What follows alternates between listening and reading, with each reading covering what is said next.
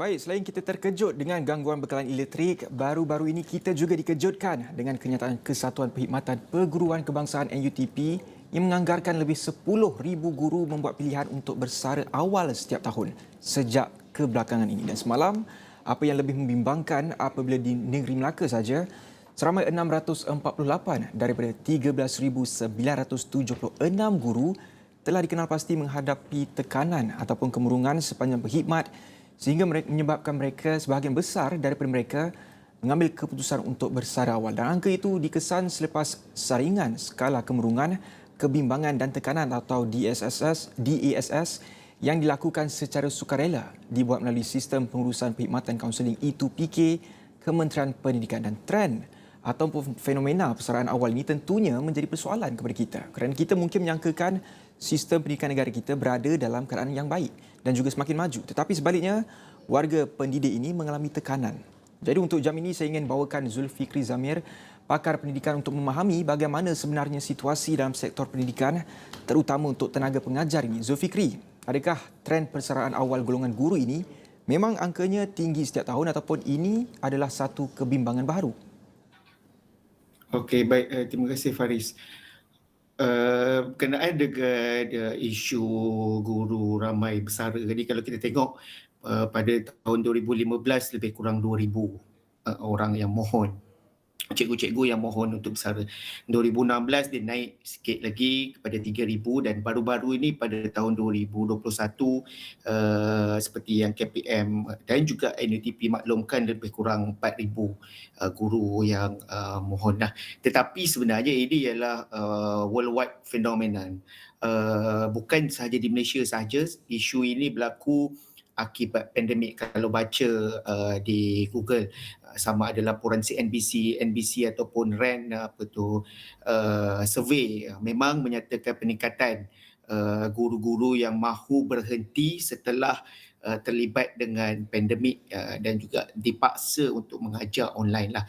Tetapi saya juga nak menarik perhatian kita semua untuk melihat semula bahawa apabila kita bercakap tentang kemurungan guru ini, sebenarnya kita bukan bercakap berkenaan dengan guru tersebut sahaja, tetapi kita sedang melihat kepada sebuah satu sistem yang mana sejak daripada 80-an lagi memang ada jawatan kuasa mengkaji beban guru. Jadi kalau kita tengok cikgu ni sebenarnya daripada tahun 80-an, 90-an, 2000 dan paling latest sekali 2018, 2019 memang setiap tahun dilaksanakan kajian mengkaji beban guru ini, tapi kajian itu hanya 3 kajian lah. Ia tidak dimanifestasikan untuk memastikan bahawa guru benar-benar kata dibantu daripada segi beban guru tersebut. Dan juga kita juga kena faham guru ni dia datang ke sekolah tu pada pukul 6.30 pagi. Tidak ada orang kata profession selain daripada profession yang ada shift datang kerja seawal 6.30 pagi dan mereka balik 2.30 petang, kerja 8 jam pada satu hari dan juga kadang-kadang dipaksa bekerja pada hari Sabtu, bermakna mereka kerja 48 jam seminggu ataupun 192 jam sebulan. Ini kita kena faham bahawa kenapa apabila bercakap berkenaan dengan beban guru ini, cikgu-cikgu ni dia bukan saja kerja ketika waktu jam bekerja tersebut. Mereka bawa balik kerja tersebut ke rumah dan juga ia bersambung. Jadi sebenarnya persoalannya guru dia bekerja berapa jam sebenarnya. Jadi saya fikir itu antara apa yang saya fikir kita cuba lihat pada ketika ini.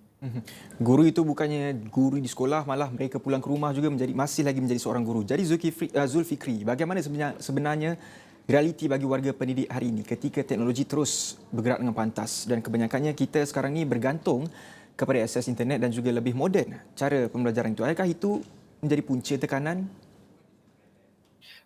Itu boleh menjadi satu daripada punca tekanan. Cuma apabila kita bercakap berkenaan dengan beban guru tadi, kita juga harus faham beban itu datang daripada mana.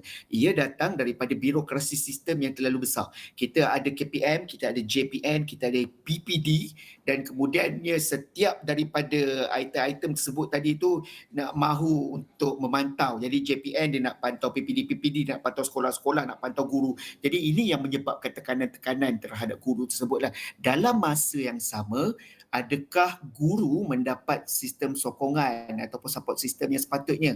Adakah mereka diberikan bahan-bahan pengajaran? Adakah mereka kena beli sendiri kertas untuk bagi latihan kepada murid-murid? Adakah mereka terpaksa photostat di luar? Adakah mereka dapat laptop ataupun adakah mereka dibekalkan dengan talian internet yang sepatutnya? Jadi semua ini sebenarnya memberi kesan kepada emosi guru tersebutlah. Kita tak pernah dengar lagi sama ada doktor ataupun engineer ataupun accountant yang terpaksa guna laptop sendiri, terpaksa guna bahan sendiri. Tapi ini berlaku dalam sistem pendidikan kita.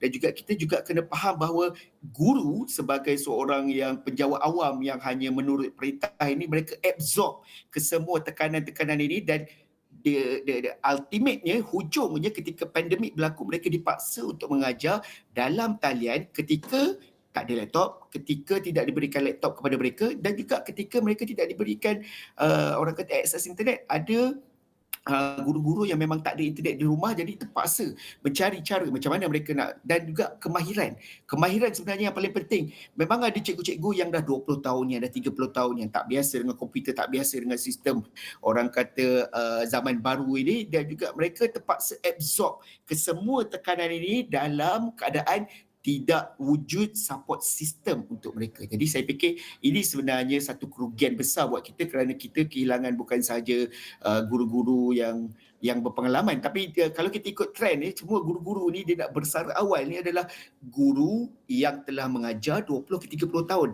Negara, sebenarnya kerajaan dah melabur kepada mereka ni, bagi gaji 10 tahun, 20 tahun, tapi akhirnya mereka buat keputusan untuk bersara lebih awal, dan akhirnya saya fikir yang menjadi mangsa dalam situasi ini adalah anak-anak kita lah, yang sepatutnya dibekalkan dengan guru-guru berpengalaman yang tahu ilmu dan juga tahu orang kata struktur sistem pendidikan itu, tetapi akhirnya mereka terpaksa berhenti oleh kerana tidak wujud support system yang sesuai untuk mereka. Dilaporkan 648 guru alami kemurungan ataupun tekanan di Melaka. Angka itu dikesan selepas mereka ini lakukan saringan secara sukarela dibuat melalui sistem pengurusan perkhidmatan kaunseling. Adakah mungkin angka ini lebih tinggi sekiranya semua guru di Malaysia ini menjalankan saringan yang dilakukan oleh guru-guru di Melaka ini? Adakah mungkin angka itu lebih tinggi, ataupun mungkin selepas ini kerajaan juga perlu melihat semula bagaimana perlukah mereka melakukan kewajipan untuk melakukan saringan ini untuk memastikan mereka ini betul-betul tertekan dan sebagainya? Saya fikir memang angkanya lebih tinggi. Dia boleh jadi 20% ataupun 30% daripada keseluruhan jumlah guru yang berada di Malaysia ini.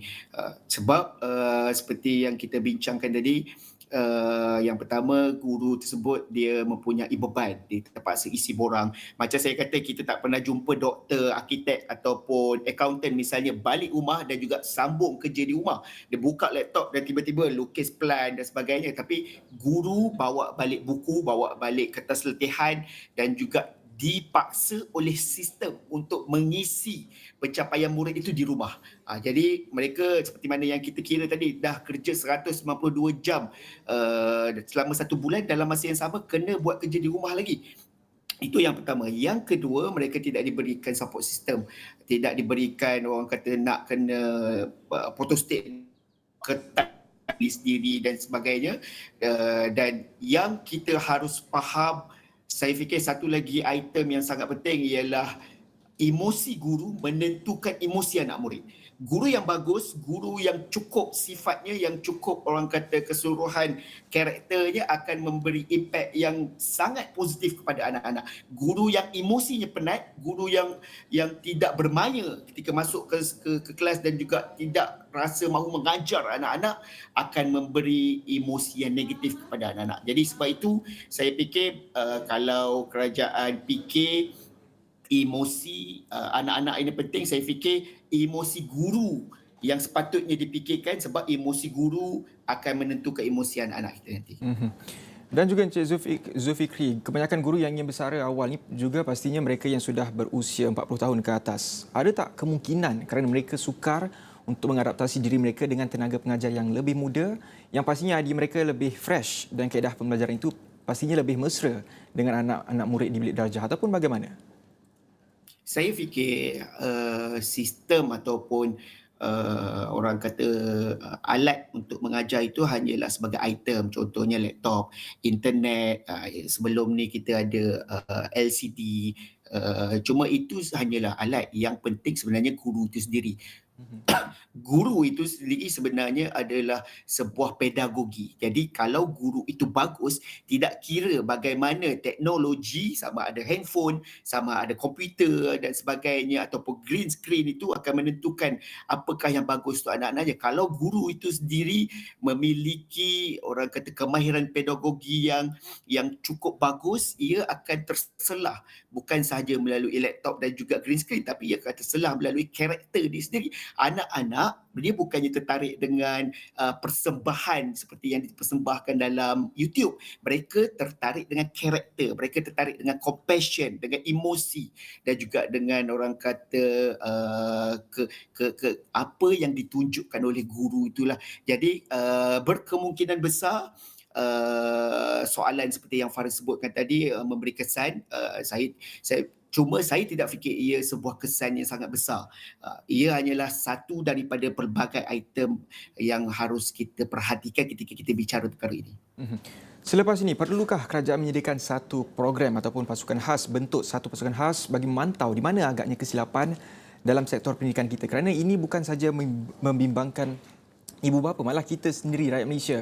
Kerana guru ini adalah tonggak kepada pembangunan modal insan negara. Apa yang perlu dilakukan oleh kerajaan? Saya fikir buat masa ini kita takut kalau kita sebut tubuh jawatankuasa ini ia hanya akan habis di bilik mesyuarat ataupun dia akan hanya habis di laporan-laporan yang kadang-kadang kita pun tak tahu laporan itu terbit ataupun tidak. Tapi yang lebih penting untuk dilaksanakan oleh pihak kerajaan pada ketika ini ialah untuk melihat semula apakah sistem sokongan yang perlu diberikan kepada guru, seperti mana yang kita bicarakan sebelum ini. Saya fikir buat perkara-perkara asas, misalnya jangan benarkan guru guna kertas sendiri untuk photostat anak-anak. Jadi saya fikir itu perkara-perkara kecil yang sangat memberi kesan kepada guru supaya guru rasa bahawa okey, ketika dia masuk ke kelas bukan dia seorang sahaja yang mahu mengajar anak-anak ini, tapi ia dibantu oleh pihak kementerian, ia dibantu oleh pihak kerajaan. Dengan diberikan ataupun dibekalkan dengan alat-alat yang sepatutnya lah. Jadi saya fikir itu perkara-perkara kecil yang harus dipikirkan oleh pihak kerajaan, sebab sekarang ini seperti yang kita tahu kadang-kadang sekolah terpaksa buat fundraise, crowdfund misalnya semata-mata untuk beli mesin photostat dan juga alat-alat yang seperti itulah. Baik, terima kasih Zulfikri Zamir, pakar pendidikan yang berkongsikan mengapa agaknya berlakunya kemurungan di kalangan guru kerana masih lagi ada kelopongan yang mana mungkin kita terlepas pandang dari segi support system untuk pihak-pihak guru ini untuk teruskan mengajar anak-anak kita di sekolah. Itu terima kasih Zulfikri Zamir yang berkongsikan serba sedikit kenapa seramai 648 guru di Melaka memilih untuk bersara awal kerana alami kemurungan. Saya kira itu sahaja untuk cerita hari ini. Saya Faris Daniel. Assalamualaikum dan salam hormat.